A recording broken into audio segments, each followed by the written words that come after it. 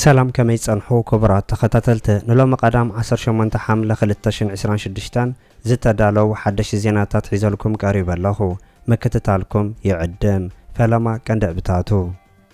لو منغو اب كتما አዲስ አበባ አንጻር ህወሓትን ኤርትራን ከካየድ ዝወዓለ ናይ ተቃውሞ ሰልፍታት አቶ ጌታቸው ረዳ ተራኺቡ ዘስሙዓ መደራን ፕሬዝዳንት አሳፍ ወርቀ ነጀነራል አርቡርሃን ተቀቢሉ ከም ዘዘራረባን ሰራዊት አሜሪካ ሎመለይት ንሻብ ዓይለይት ኣብ ልዕሊ ኢራን ከቢድ ደብዳብ ከካየድ ከም ዝሓደረን ብዛዕባ ውግ ኢራን አሜሪካን ዘለዎ ሓድሽቲ ምዕባለታትን ዝብሎን ካልእን ዝሕበር ዝርዝር ዜናታት ሒዝናልኩም ቀሪብና ኣለና ንቻናልና ሰብስክራይብ ብምግባር ክሳብ መወዳእታ ክትከታተሉና ብኽብሪ ንዕድመኩም መጥቃዕታት አሜሪካን ኢራን ሕጅውን በከቢድ ቀፂሉ ከም ዘሎ ተገሊጹ ኣብ ልዕሊ ናይ አሜሪካ ማእከላይ ከቢድ ደብዳብ ከም ዘካየደ ዝነገረሉ ዘሎ እስላማዊ ሓለዋ ሳውራ ኢራን ኣብ ልዕሊ መደበራት አሜሪካ ኣብ ዑማን ኩዌትን ፍሉይ መጥቃዕቲ ከም ዝፈጸመ ተገሊጹ እቲ መጥቃዕታት መቐጸልታ ናይቲ ኣብ መንጎ አሜሪካን ኢራን ክካየድ ጸንሐ ደብዳባት ከም ዝኾነን እስላማዊ ሓለዋ ሳውራ ኢራን ኣብ ዑማን ዝርከብ ናይ ሓይሊ ባሕሪ ምክትታል ራዳር ከም እውን ኣብ ኩዌትን ባሕሬን ዝርከቡ ናይ አሜሪካ ማእከላት ድሕረ ምህራሙ ሓድሽ ወጥሪ ሰፊኑ ከም ዘሎ እውን ይግለጽ ኣሎ ናይ ኢራን ቀንዲ ሰራዊት ምዃኑ ዝነገረሉ እስላማዊ ሓለዋ ሳውራ ኢራን ኣብ ልዕሊ ናይ አሜሪካ ወገናት ዘካየዶ መጥቃዕቲ ካብ ግዜ ናብ ግዜ እናወሰኸ ይመጽእ ከም ዘሎ ዝገልጹ ምንጭታት ኣብ መንጎ አሜሪካን ኢራን ዝጸንሐ ናይ ሰላም ኣንፈት ናብ ዕጹ ማዕጹ ይበጽሕ ከም ዘሎ ይጠቕሱ ኣብ ኩሉ ናይ አሜሪካ መደበራት መጥቃዕቲ ከፍጽም ምዃኑ ዝሕበር ዘሎ እስላማዊ ሓለዋ ሳውራ ኢራን ኣብ ልዕሊ ኣብ ሶርያ ዝርከብ ናይ አሜሪካ ማእከል እውን መጥቃዕቲ ከም ዝፈጸመን ኣብቲ ከባቢ ንዝርከብ ሓይሊ ጉድኣት ከም ዘወረደ እውን ተገሊጹ ኣብ ዑማን ዝተፈጸመ መጥቃዕቲ ብፍሉይ ዕንወት ከም ዘወረደ ኣብ ዝግለጸሉ ዘሎ እዋን እቲ ሓለዋ ሳውራ ኣብ ዘውፅኦ መግለጺ ኣብ ዑማን ዝተፈጸመ መጥቃዕቲ አሜሪካ ኣብታ ሃገር ኣቐሚጣቶ ንዘላ ተኸታታለ ራዳር ሓይሊ ባሕሪ ከም ዝሃረመን ከም ዘዕነወ እውን ገሊጹ እቲ ናይ ኢራን ናይ ምክልኻል ወገን ምዃኑ ዝነገረሉ ሓይሊ ኣብ ልዕሊ አሜሪካ ናይ ሕና ምፍዳይ ውሳነታት ይገብር ከም ዘሎን ኣብ ልዕሊ አሜሪካ ዝፈጸም ናይ ሕና ምፍዳይ ስጉምቲ ከቕጽል ምዃኑ እውን ገሊጹ ኣሎ ኣብ መንጎ ኢራን አሜሪካ ንዘሎ ወጥሪ ዓብ ነጥቢ ኮይኑ ዝጸንሐ ናይ ሕርሙዝ መጻቦ ኣብ ትሕቲ ቁፅር ሓይሊ ባሕሪ ሓለዋ ሳውራ ኢራን ኣትዩ ከም ዘሎን ኢራን ነቲ መጻቦ ኣብ ምክልኻል ትሰርሕ ከም ዘላ እውን እቲ ሓይሊ ጠቒሱ ኣብ ሶርያ እውን ኣብ ማእከላት አሜሪካ ከም ዝተኻየደ ዝነገረሉ ዘሎ መጥቃዕቲ ኣብ ልዕሊ ፍሉይ ሓይሊ አሜሪካን ሄሊኮፕተራትን ከም ዝተኻየደ በቲ መጥቃዕቲ ዝበጽሐ ጉድኣት እውን ዓብ ምዃኑ ይንገር ኣሎ ኣብ ደቡብ ዮርዳኖስ ኣብ ዝርከብ አልታነፍ ዝተኻየደ መጥቃዕቲ ፍሉይን ሃንደበታዊ ምንባሩ ዝጠቕሱ ምንጭታት እቲ ከባቢ ኢራን ኣብ ዝኾነ ክፋል ዓለም ከተሃርም ከም ትኽእል ዘመስከረ ምዃኑን አሜሪካ ብናይ ኢራን ሓይልታት ብቐሊሉ ክትጥቃዕ ከም ትኽእል ዘመልከተ ምንባሩ እውን ይግለጽ አሜሪካ ብዛዕባ እቲ ብሓይልታት ኢራን ኣብ ልዕሊኣ ዝወረደ ፍሉይ መጥቃዕቲ ከም ዘይገለጸት ክሕበር እንከሎ ናይ ሶርያ ወገናት እውን ወግዓዊ መግለጺ ከም ዘይሃብሉ ክሕበር እንከሎ ኢራን ኣብ ልዕሊ አሜሪካ ተካይዶ መልሰ መጥቃዕቲ ፍሉይን ዕላማዊ ዝሃረመ መጥቃዕታት ተፈጽም ከም ዘላ እቶም ምንጭታት ወሲኾም ይገልጹ ናይ ኢራን መጥቃዕቲ ኣብ ዮርዳኖስን ዝወረደ ኮይኑ ናይ ዮርዳኖስ ሰራዊት ኣብታ ሃገር ዝተተኮሱ 3 ሚሳኤላት ኢራን ዝኾነ ጉድኣት ይኹን ዕንወት ከም ዘየብጽሑን ብጸረ ሚሳኤላት ተሃሪሞም ከም ዝፈሸሉ እውን ገሊጹ እቲ ናይ ኢራን መጥቃዕቲ ሕና ዝፈደየ ምዃኑን አሜሪካ ኣብ ልዕሊ ኢራን ፍሉይ መጥቃዕቲ ምፍጻማን ኣብ ልዕሊ ድልድላትን መደበር ባቡርን መዕረፎ ነፈርትን ኢራን ከቢድ ዕንወት ምኽታላ ክሕበር ጸኒሑን ኣሎን ኣብ መንጎ ክልቲአን ሃገራት ብሰንኪ ዘሎ ሕድሕድ ምጥቓዕ ኢራን ነቲ ወሳኒ መሕለፊ መራኽብ ዝኾነ መጻቦ ሕርሙዝ ሕጂ እውን ዓጽያቶ ከም ዘላ ምግላጻ ብተወሳኺ ይሕበር እዚ ከምዚ ኢሉ እንከሎ ሰራዊት አሜሪካ ሎሚ ለይቲ ንመበል 7 ግዜ ኣብ ልዕሊ ኢራን ከቢድ መጥቃዕቲ ከካይድ ከም ዝሓደረ ገሊጹ ኣሎ ፕሬዝዳንት አሜሪካ ዶናልድ ትራምፕ ምስቲ ኢራን ዝተገበረ ስምምዕ ምቁራጽ ተኩሲ ተዛዚሙ ድሕሪ ምባሉ ሰራዊት አሜሪካ ንሻብ ዓይለይቲ ሎሚ እውን መጥቃዕቲ ከም ዘካየደ ኣፍሊጡ ኣሎ ማእከላይ ትእዛዝ አሜሪካ ወይ ከዓ ሴንትኮም ኣብ ትዊተር ገጹ ኣብ ዘካፈሎ መግለጺ እቲ መጥቃዕቲ ናይ ዳሰስ ቦታታት ወተሃደራዊ ትሕተ ቅርጺ ሎጂስቲክ ትሕተ መሬት መኽዝናት ኣጽዋር ዓቕሚ ሓይሊ ባሕሪ ዒላማ ከም ዝገበረ ገሊጹ ኣብ መጻቦ ሕርሙዝ 2 ታንከራት ነዳደ ብንቶክቲ ከም ዝተሃረማ ሓለዋ ሳውራ ኢራን ዘውፅኦ መግለጺ ሴንትኮም ሓሶት ከም ዝበለ እውን ተሓቢሩ ሰራዊት ዮርዳኖስ ካብ ኢራን ዝተተኮሱ 10 ሚሳኤላት ኣብ ሓደ ለይቲ ከም ዝዓገቶምን ዝኾነ ጉድኣት ከም ዘየብጽሑ እውን ገሊጹ ኣሎ ሰራዊት አሜሪካ ዘውፅኦ መግለጺ ነቲ መጥቃዕቲ ንሓያሎ ሰዓታት ድሕሪ ምክያዱ ቅድሚ ፍርቂ ለይቲ ደው ከም ዘበሎ ዝገለጸ ኮይኑ ሰራዊት አሜሪካ ኣብቲ ናይ ሎሚ ለይቲ መጥቃዕቲ ነፈርቲ ውግእ ሰብልቦ ነፈርትን ሓይሊ ባሕርን ከም ዝተጠቐመ ገሊጹ ኣሎ። ማዕከን ዜና ፋርስ ክልተ መራኽብ ነዳደ ነቲ ኣገስተ ተኸለሉ ደቡባዊ ክፋል መጻቡ ሕርሙዝ እናሓለፋን ከለዋ ተፈንጂረን ብሓዊ ከም ዝተቃጸለ ዝሓበረ ኮይኑ ሰራዊት ኣሜሪካ ግን ኣብ ዘውፅኦ መግለጺ ከም ኩሉ ካልእ ጸብጻባት እዚ ኩሉ ሓሶት እዩ ዝተቃጸላ መራኽብ የለዋን ኢሉ ብሰንከቲ ኣብ መንጎ ኣሜሪካን ኢራን ዝካየድ ዘሎ ኩናት ብዝሒ መጻቡ ሕርሙዝ ዝሓልፋ መራኽብ ኣዝዩ ከም ዝጎደለ ይግለጽ ኣሎ። መጻቡ ሕርሙዝ ሓደ ሓምሻይ ክፋል ናይ ዓለም ነዳድን ተፈጥሮኣዊ ጋዝን ዝሓልፈሉ መስመር እዩ። بخالي زينا شفاتو بحر أوش متعدن أبزركاب جم يمن حانت تانكر كم زجوايو تكال دحنت ماريتايم عباي بريطانيا سب سلطان ستا سومالينا فليتوم إذا في الزمز اتنا عمتات حديث سن حزوا داقم نابسق شفاتو بحري ملس كم زرلو زي ملكت توساخ ملكت كوينو الله اتتكال اتا مركب نام برأتو عذاب زنبرتو الأوان فقد زي بلوم عطوقات والكسبات كم زدايبوان كالوت مراخب دما بتنقاقو عزا كم استمخران حبيرو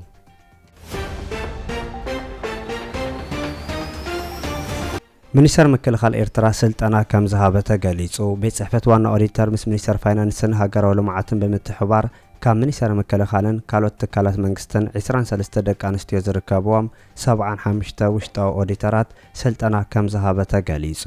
እቲ ኣብ ክልተ ክፋላት ዝተኻየደ ስልጠና ሓፈሻዊ ኣመር ስልጠና ኣብ ግምት ዘእተወ ኮይኑ ስነ ምግባር ውሽጣዊ ኦዲተር ዓመታዊ ውጥን ስራሕ አፈጻጽማ ባጀ ስርዓት ምሕደራ መዛግብትን ካልእን ዘጠቃልል ምንባሩ ተገሊጹ ኣብቲ ዝተኻየደ መዛዘም መደብ ስልጠና ዕላማት ስልጠና ውሽጣዊ ኦዲተራት ኣድላይ ፍልጠትን ክእለትን ንምዕጣቕን ብቑዑን ውፅኢታዊ ፋይናንሳዊ ንዋታዊ ምሕደራ ኣብ ምንጽብራቕ ክነጥፉ ነቲ ንጥፈታት ኣብ ምዕዋት ክሰርሑ ዝጠልም ምዃኑ ተሓቢሩ ወኪል ሰልጠንቲ ኣብ ምዕባል ፋይናንሳዊ ንዋታዊ ምምሕዳር ዘለዋ ገዳስነት ስልጠና ብምግንዛብ ካብቲ ስልጠና ዝረኸብዎ ፍልጠት ኣብ መዓልታዊ ንጥፈታት ስራሕ ክሰርሕሉ ከም ዘለዎም ዘረድአ ኮይኑ ኣብቲ ኣጋጣሚ ለበዋታት መቕራቡ ብተወሳኺ ኣብ ሻባይ ዝወፅእ ሓበሬታ ይገልጽ ሓለቓ ስታፍ ሰራዊት ምክልኻል ኤርትራ ጀነራል ፊሊጶስ ወልደ ዮሃንስ ዓቕሚ ውሽጣዊ ኦዲተራት ንምዕባይ ዘላቒ መደባ ስልጠና ምውዳብ ዘለዋ ገዳስነት ብምስማር ሰልጠንቲ ኣብ ናይ ስራሕ ቦትኦም ዘጋጠሙ ጸገማት ኣብ ምፍታሕ በላሕቲ ክኾኑን ግብራዊ ተመክሮ ክቐስሙ ከም ዘለዎ ምግላጽ እውን ተሓቢሩ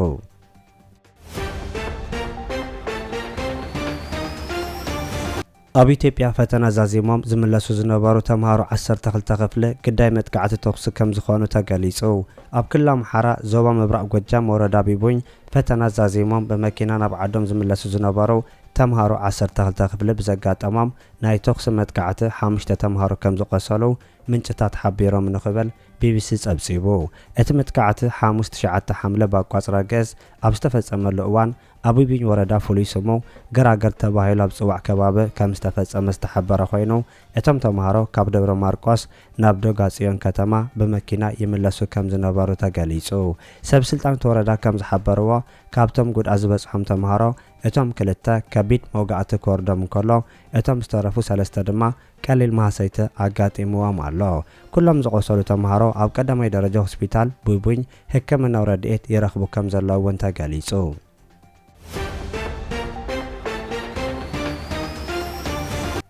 ፕሬዝዳንት ኢሳያስ አፈወርቂ ጀነራል አልቡርሃን ተቀቢሉ ከም ዘዘራረቦ ተገሊጹ ፕሬዝዳንት ኢሳያስ አፈወርቂ ትማለ ናይ ምሸት ምስ ኣቦ ወንበር ሉዓላዊ ቤት ምክሪ ሱዳን ጀነራል ዓብዱልፈታሕ አልቡርሃን ልኡኹን ተራኺቡ ዘተ ከም ዘካየደ ናይ ኤርትራን ሱዳን ሚድያታት ገሊጸን ኣብቲ ኣብ ቤት ጽሕፈት ፕሬዝዳንት ኤርትራ ኣብ ኣስመራ ዝተኻየደ ርክብ ክልቲኦም መራሕቲ ኣብ ክልቲኦ ዝምድናታት ምዕባለታት ሱዳን ከምኡውን ኣብ ዞባውን ዓለማውን ንኽልቲኡ ረብሓ ዘለዎም ጉዳያት ብሰፊሕ ከም ዘተዩ ተገሊጹ ጀነራል ዓብዱልፈታሕ አልቡርሃን ልኡኹን ሓጺር ዑደት ድሕሪ ምዛሞም ናብ ሃገሮም ከም ዝተመለሱ ምንጭታት ካብ ኣስመራ ገሊጾም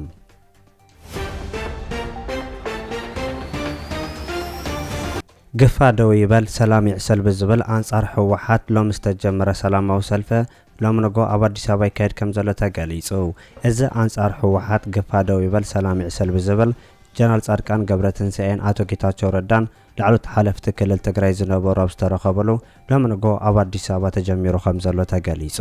ዘይሕጋዊ ጉጅለ ህወሓት ዝበሎ ምስ ተመሳሰልቲ ግብረ ሽበራዊ ሓይልታት ብምትሕባር ኢትዮጵያ ሓዊሱ ነቲ ዞባ ነዘይ ምርግጋእ ይሰርሕ ኣሎ ክብል ነዚ ሰላማዊ ሰልፊ ዘዳሎ ቤት ምክሪ ሰላምን ለውጥን ክልል ትግራይ ዘፍለጠ ኮይኑ ኣብ አዲስ አበባ መስቀል ኣደባባይ እዚ ሰላማዊ ሰልፊ ይካየድ ከም ዘለውን ገሊጹ ነቲ ሰላማዊ ሰልፊ ዘዳለወ ቤት ምክሪ ሰላም ለውጥን ትግራይ ኣብ ዘውፅኦ መግለጺ እዚ ሕጋዊ ጉጅለ ነቲ ዞባ ናብ ቀዋሚ ቅልውላው የጥሕለሎ ኢሉ እቲ መግለጺ ወሲኹ ነዚ ጉጅለ ኣብ ገምገም ቀይሕ ባሕሪ ጸላእት ኢትዮጵያ ምዝኾኑ ተመሳሰልቲ ሓይልታት ግብረ ሽበራ ሓቢሩ ይሰርሕ ኣሎ ዝበለ ኮይኑ እዚ ጉጅለ ንመንእሰያት ትግራይ ዕጢቑ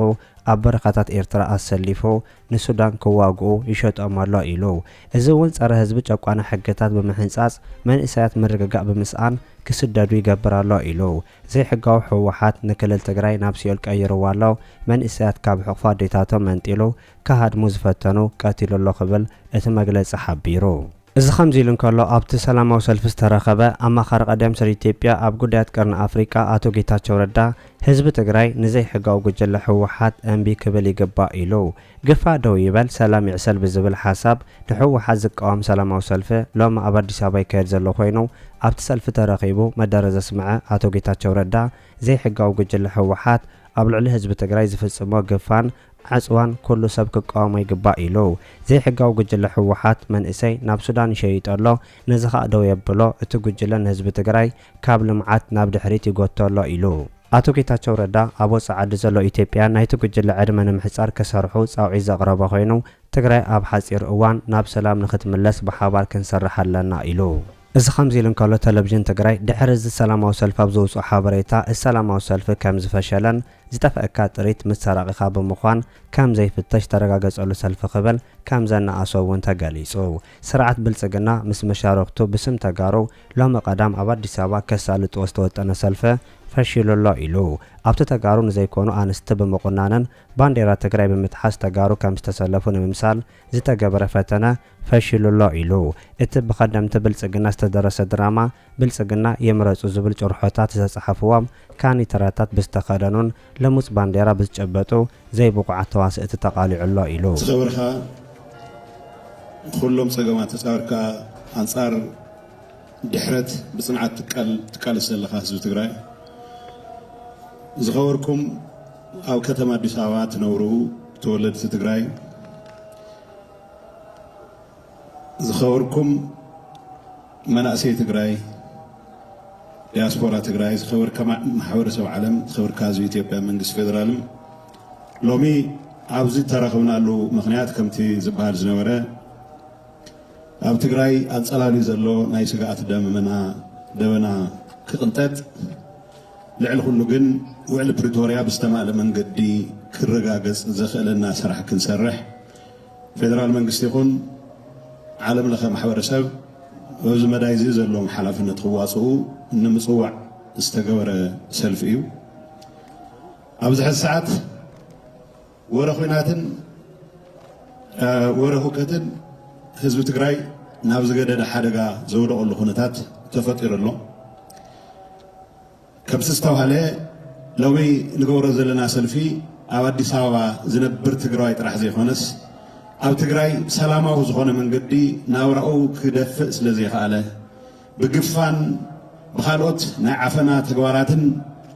ድጋሚ ክፋናቐል ተገዲዱ ናብ አዲስ አበባ ዝመፀ ብርክት ዝበለ መንእሰይ እውን ዘለሉ ኩነታት ስለ ዘለና ድምፂ ክነስምዕ ንኽእለሉ ዕድል ምጥቃም ኣለና ኢልና ስለ ዝኣመንና ዝተገበረ እዩ ሕዚ እውን ህዝቢ ክፋናቐልን መንእሰይ ክባሳበስን ንስደትን ንሓደጋን ክወድቕን ዓብዪ ኣስተዋፅኦ ዝገብር ዘሎ ድሑር ጉጅለ ኣብ አዲስ አበባ ዝግበር ሰልፊ ከም ናይ ሓደ ናይ ክሕደት መለለይ ገይሩ ክስእሎ ይፍትን ኣሎ ሰማዒ የብሉን እምበር እዚ ኣካይዳ እዚ ካብኡ ዝተፈለየ ብዝኾነ ይኹን መንገዲ ኣካይዳ ዘለዎ ኩሉ ወገን ከም ጸልኣ ዝቆፅር ካልእ ሲትረፍ ግፋእ ጠጠው ይበል ዝበሉ ቅዱሳት ደቂ 22 ደቂ 23 ዓመት ከይተረፈ መግለጽ እናውፅአ ከም ጸልኣ ዝኹንን ልዕሊ ኩሉ ግን ህዝቢ ትግራይ ካብ ኩናት ወፃኢ ክነብር ዘይፈቅድ ድሑር ጉጅለ ደው ከብል ህዝቢ ትግራይ ሓራ ዝወፅሉ ኩነታት ክፍጠር ተፈናቀልትና ክምለሱ ትግራይ ብሕገ መንግስቲ ዝተረጋገፀላ ግዛኣታ ብስርዓት ክረጋገጽ ናብ ልምዓት ክትምለስ ኩናትን ወረ ኩናትን ንሓንሳብን ንሓዋሩን ክጠፍእ ንምግባር ዘኽእለና ድምፂ ንምስማዕ እዩ ከምቲ استوهل أودي سوان نقول له مخنيات أما قال مقبار سلزي تخالي أديتات دكان كاو عفنا كدحنا أبزغورو من قصاص طيت تتكوسون زوقالو نبيت مأسرتي زدربيالو مناسي كم تلوقع ناتو قصصو نا تعليم كامبتات زداغونلو إذا سيتقبله نا اسري زداغونلو خنتات تفتر لا تقراي لعلو كله جن معراب تقراي نسأ كوصي نابل فكر حيلي معراب تقراي نسأ كوصي سيترف بوانانت تقادلتنا نوصعي ناتشطو كاو عدم باشحات كيلومترات رحقهم زيشيط اللي خنتات نافت أرزلو نزو قداي زي عالم كسمعو لعل كله جن حزب تقراي يكون نزلو استود من قد خنق على سوسل زقبنا نزون دمسك ناس سمع سلز قبلنا تسوع سلفي بجلة دحرت وركينات كم منزح كم مفرر حلفو عفنت حقتات ببوصة حزبنا زبساب سلو شعبي هكي ترفه زسكفو نايقفا أكايدا بزقادة دا من قد نافذ سما تقراي نايزي مرق قعدنا هيوكتن عدي أما قبار مولوك زيوز حلفولو عديتات استسووا دقن كي أخلون زترفوا دقن كدحنا دمصنا بزاس مع ساعات طيت زتقوسلن بمتر زوق علو زقاف علو خدتات نافت رزركب بحر قجلي كم تزولكو نايز بنا دحنا تكنحلي نازل زنبر حيلي بالماميت نمشتا قريو بشعات زقصرون نمسوات الناس تدارقولو بزعما تقرا يطرح حاسو زنورو ما راح تكي ترفه نموت استدارقولو لعل كله جن حمد دب عدم كريون بزي كل الخنتات أبدا ما زيدنا وكرموكن بأمايتات ناتقتلو زلو الخنتات كبقع له إلا دمتنا خنا سمان خللنا سدتن موتن من عسي عزيو إذا سكف من قد يطللو إرترا لعل 35 عمت زوصدلو من سألوه زقبر كايدا أو حاولت سمعتات زعرده وجله أو وش تخلت عمت بزحش من قد كايدا كم زخل مرأيز جمرنا له من أسينا باشحات يخونن بعسرتها هاشحات حزون ناتفنقله على موتن سدتن زخون الخونتات نرأي لنا نزون دمصنا سمعنا دو كبل كنقالس قالسنا خنحيل مش كلهم نزق قالس زدقوا فوقنات زلنا متحوار خنطناخر كنخيل لنا حدا عبيكم نجر نايز سلف علامه ناي بريتوريا سمعنا تستمع لمن قد كفصم مغواري انا ناي غيزاو محدار اما حداري نيرت راح يكون بريتوريا واستفرموا مس جنرال صار قانون سلازم نورنا أفتح زملكت نوح جزء مش فدرال منقصنا نتلازم مزينا هنا قمبت خلتشان عسرت حمشتن كله سوز زقبر بلان وصينا كلنا تقبلنا يوم بيت صحفة حوحات أو حاولت زعردنا سرح فتصامي كفال سلازي تقبلوا نات نتفنا قلت لا سلازي تكم نات مبزحتي وناي منقص أكل سلازي تقبلوا تنا حوحات مرحنا تيزب الكاب سلطان وزا كنبر سلا زي خيل قلقلي وبسرق استوافر دما ناي تفناقلت قداي تتملسو بحق من قسطة ومن قد مسرت ناي تقراي بوتاتات تتملسم ناي سرق أجندا وزعص يلو ناي قبن انتربرايز دوز ولو لخنتات مهلا وصل ذا أمان اطرح زعن كفلو قنبوت خلتشن عسرت حمشتن بتمساسالي خلتشن عسرت شدشتن بتمساسالي خلتشن عسرت شو عتن نقبر وز حسبنا له ملو بملو سلطان خنقو أصرنا بزول ناي دحرت من قصاص تنور يزلنا شكرنا تقادد زخونون هنا تازل بريتوريا يفصل مالت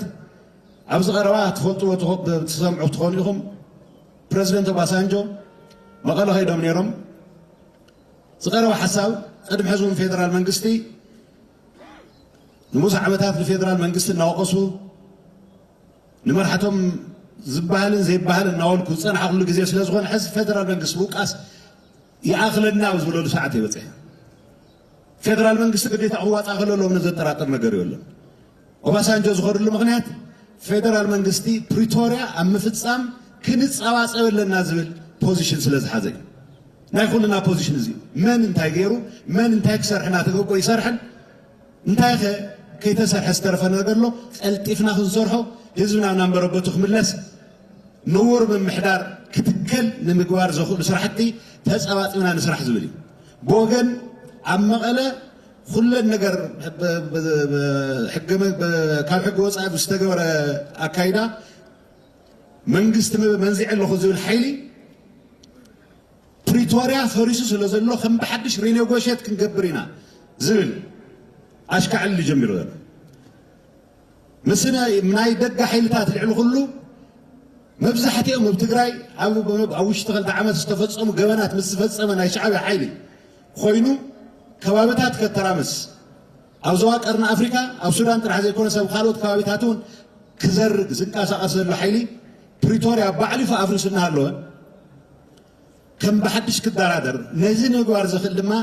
دقنا بمشتان أو السودان سنافقوا خالود بتاتاتون ناتوصلوا حدش عقمي حدش وتر المفتار زنقاس أصل اللخنتات له حزون سقط نقبر بفيدراليهم بخالود وجنات بريتوريا تاي فصمنا تاي فصمنا نزبل تصواصينا قلطفنا تغباراو نغورو لخنታት ክፍጠር ጻውዒት ክነقرب خللنا ተፈናቀል ክምለስ خلሎ ሕገ መንግስቲ ዘረጋገጾ ናይ ትግራይ ቦታታት ብዙሕ ግዜ ይደጋገም ቦታና ያረክበና ዝባሃል ዘረባ ቦታ ናይ ተፈናቀልቲ ናይ ህወሓት ዝባሃል ቦታ የለን ናይ ትግራይ ቦታ በጀት معراب تجراي حزون تجراي يزبدل كساو قروا جزيل بجت تطوز ولا له مخنات مرداي كان عاوز قداي زي كلاريتي كله الناس قبا فدرال منقستي ناي مهران بجت ناي تعنا باجت أي خفلن أي بدبل ناي بجت تقوم أيزن تجراي جن تحمق نجار عرسات تخلد نورت كلل ناي سرقن ناي جبن النيتورك تراح سلستقصاصرا عرسا كم خال حليفه نخاليون كتحجز تخلد نورت تقراي ناي وش تعاطاويا نخيناتن نور خيناتن تراح سلازوعل ناي فيدرال منقست تراح تسويت مقبار كم عاوي ونقر تقصروا الخنات فطيرنا لنا فطيرهم له زكاو كعقل له زمالت كمتي اقدمهم تولوز نورهم فدرال منقستي حزون محوراو أقلقلوتات فدرال كواوز قبوا محوراو أقلقلوتات تطاو كوليا ولومن بكل عينة من قدس بتقراي كروخوز قبا أقلقلوت كركاو خلولو نزيز عنكف زول الحيلي بحالي بخالي من قدس إلا اللخنتات أو نقور قال سنة أنا خيرنا زحاس أرقزيك في التعسخول اللخنتات كسرها خلولو تقراي أكال مولو أكال لايت فيدرشن تخلو لله بريتوريا بلغها مرققاز مالت أكال تفيدرش ملي أتخون مالتي خالي دي لي تهاليو خالي دي لي سرعة بزلو منقد صغير لهم منقد كلي هاو صحي بوجل دحرت بريتوريا خيفت معنقف فدرال منقستي بتدقاقا مزقورنا يوم سمعت بفلاي مجرشا خلتشحن عسرت شوعتن نمفتصام دارجان أي تتحيلتات يكون كلهم عين التواردهم تسمع معنا اللي يترفع نبدأ كملة سمجوار بزعوا تفناقلت بحساب زي خنس ناتهم تقبل حساب زي ترجاجس ملة حزب تجراي ولا تسأنك قطوته زي انت يوم زخون الدحرات زفطر وشجر مخانو عند عدينا خلص كنا خللنا سكفتات كنا وقللنا فدرال منقص بزوكس هو كسره فدرال منقص بزنقفه نقف خلله عبزو قد عايزي حزون تخون فدرال منقستي نصعواص أمه انتهي فتصمنا نيلنا قلطفنا زعنقف زول حيلي تفناقلتنا مربتهم زبل لسلو سرع من محدار فطر زغلو مرصا زغبروا الخنات نفطر زبل قلصي متكللو اذا متكلزي تزي فتش خايو ناي بحق ديو ناي بحق نازل تلتانتات كتو يقبان حزون تخون زي حزونا كمت حاجه حزو ناي بكناتن بورا خناتن حزبنا ناو حدقا يودق زول حيلي عقب كبال خلالو بريتوريا استفروا من المخنيات كلهم ديليتاتنا كلهم باقتاتنا كوخينات وصعي بسلام انطرح كنود سلست حسب التزي خوينو مس فيدرال منغستي بحاري مخالي منقد زهلونا فلالاي مس بلصقنا بارتي بحاري مخالي منقد زهلونا فلالاي سلازي نبره وي سلاز طفا يكون حزون انت هونه زخونه يكون دليت يالونا زخونه يكون حتوتات يالونا افلالايتنا بسلاماون منقد نفصام زخل سرح كنسرح إنا كنقاساس قبلنا كم تستوعنا فيدرال تايجر زبل أي بريتوريا فصاصنا أو نصوص أو ساعات من تاي سريحو تايغو غودلو زبل بكلسي ندم صلو خناتات سلازفتر زي نور يلو مخنيات الله كوخينات وصعي من باري كالن يلزا من حيلغن زموتلو خينات يخونه وين اي قربا بيتسوتاتم بسدراتاتم زموتلو خينات يكونه عديتات دقن ربعه حمشته دقن زسوات قورو يقولعت كيترفه كواغونا تمنطلو دق 16 17 عام دربر ገበኑኒ ዝፍጸመሉ ሁነታት ይዘሎ ስለዚህ ትግራይ ገበን ኣብ ልዕል ገበን ዝፈጸመ ሻዕብያ መጻወት ክትኾን ዝገበረ ሕዝውን ደቅና እናገፈፈ ፈቆዶ ካምፕታት ሳሕል فقدو كامبتات السودان نادر ويزركب حيلي عقب كبهال خدلو فدرال حلافي نتلو انتباه حزب تግራይ አካል ህዝብ ኢትዮጵያ አብዝዝ መጽ ዘሎ መንሰይ ስደተኛ የሆነ ነው ዓዱ ስለዝ መጽ ዘሎ ግን ተፈናቀሊ ንዓበይቲ ማሕበራዊ ሽግራት ይሳጣሕሉ ንዓበይቲ ናይ ናብራ ሽግራት ይሳጣሕሉ ናይ ዓበይቲ ናይ ጸጥታ ሽግራት ይፈጥሕሉ ተወዲብና እዚ ጉዳይ እዚ ክፍታሕ ፌደራል መንግስቱን እኹል ቆልሓታዩ እዚ ጉዳይ እዚ እኹል ትኹረትዩ መንእሰይ ትግራይ ናብ ዓዱ ክሳብ ዝምለስ ናብ መረበቱ ክሳብ ዝምለስ ከም ማንም ዜጋ ተኸቢሩ ዝነብረሉ ኩነታት ምፍጣር ክሰርሕ ክኽእል ኣሎ በዚ ኣጋጣሚ እዚ ምምሕዳር ኣዲስ ኣበባን ከንቲባ አዳነችን ኣብዚ ጉዳይ እዚ ዝጀመሮ ምንቅስቃስ ስለ ዘሎ እግረ መንገደይ ከመስግን ይደልየ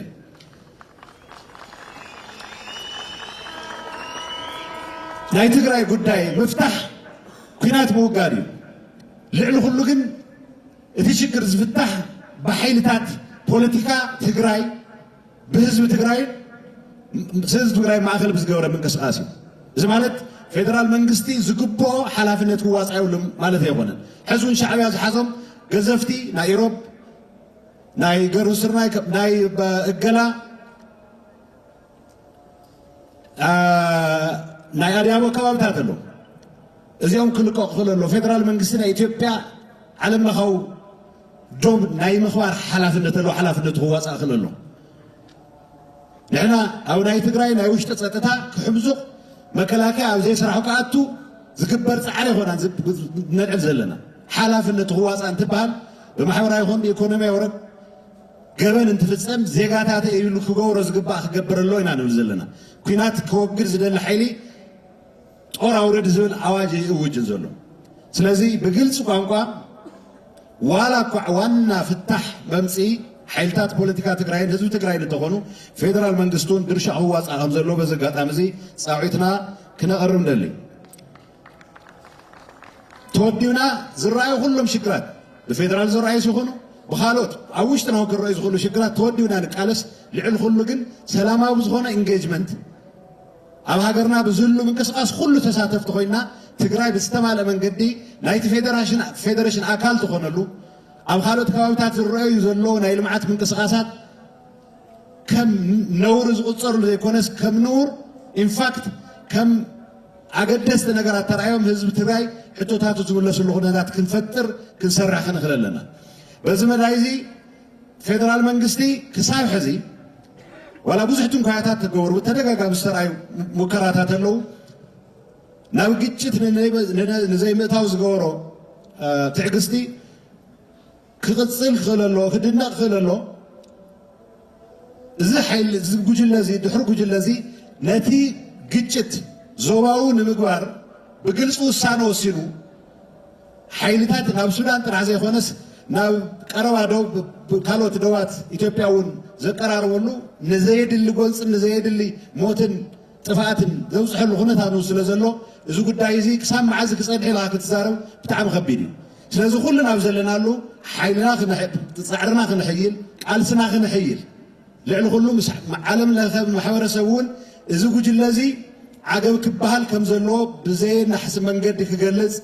ብዝተኻእለና መጠን ፃዕርና ክንሕይል ከምቲ ሎማዓንቲ ንገብሮ ዘለና ሰልፍታት ጥራሕ ዘይኮነስ ብካልኦት መዳያት እውን ኣብዚ ጉጅለ ዝፀቕጥ ጌርና ትግራይ ኣብዚ ሓፀረ ግዜ ዝሓሸ ሰላም ራህዋን ክትረክብ ትኽእለሉ ልዕሊ ኩሉ ግን ናብ ንቡር ክትምለስ ትኽእለሉ ኩነታት ክፍጠር ቃልስና ክንሕይል በዚ ኣጋጣሚ እዚ ክፅውዕ ይደሊ ብተወሳኺ ብፍላጥን ብዘይፍላጥን መሳርሒ እዚ ድሑር ጉጅለ ዝኾነ ብወለንቱ ብድሌቱ ናይ ህዝቢ ትግራይ ሽግር ክፈትሕ ኢሉ ዝተጋደለ ኣብ ውሽጢ ሓይልታት ትግራይ ዘሎ ተጋዳላይ እዚ ናይ ጥፈት መንገዲ ንትግራይ ናብ ዝተማለ ፅንተት ዘብፅሕ እምበር ብዝኾነ ይኹን መንገዲ ሽግርና ዝፈትሕ ከም ዘይኾነ ፈሊጡ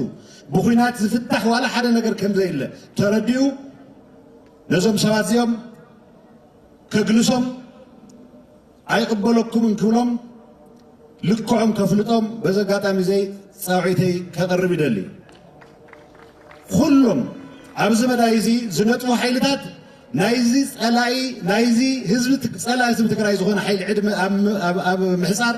ኩሉ ዝከኣሎም እምኒ ክድርብዩ ፃውዒተይ ከቕርብ ይደሊ ደገፍቲ ለውጢ ዝኾኑ ኩሎም ኣብ ዲያስፖራስ ይኹን ኣብ ካልኦት ዓለማት ዝርከቡ ኣብ ካልኦት ከባቢታት ዝርከቡ ተጋሩ ይኹኑ ደገፍቲ ትግራይ በዚ መዳይ ዝተጀመረ ቃልሲ ተጠናኺሩ ክቅፅል ንምግባር ኩሉ ዝከኣሎም ከበርክቱ በዚ ኣጋጣሚ ፃውዒተይ ከቕርብ ይደሊ ከም ኣካል ፌደራል መንግስቲ ናይ ትግራይ ሽግር ብሰላም ክፍታሕ ብዝተኻእለ መጠን ኣብ ዝሓፀረ ግዜ ናብ ልምዓታ ክትምለስ ዘለዎ ድሌት ብተደጋጋሚ እናገለፀ ፀኒሑ እዚ ተግባራዊ ንምግባር ብዝግበር ምንቅስቃስ ኩልና ዝከኣለና ነበርክት ዕድሜኦም ክሓፅር ኩሉ ክግበር ዝግብኦ ንግበር የቐኒየለይ ሰላም ንትግራይና ዓወት ንህዝብና የቐኒየለይ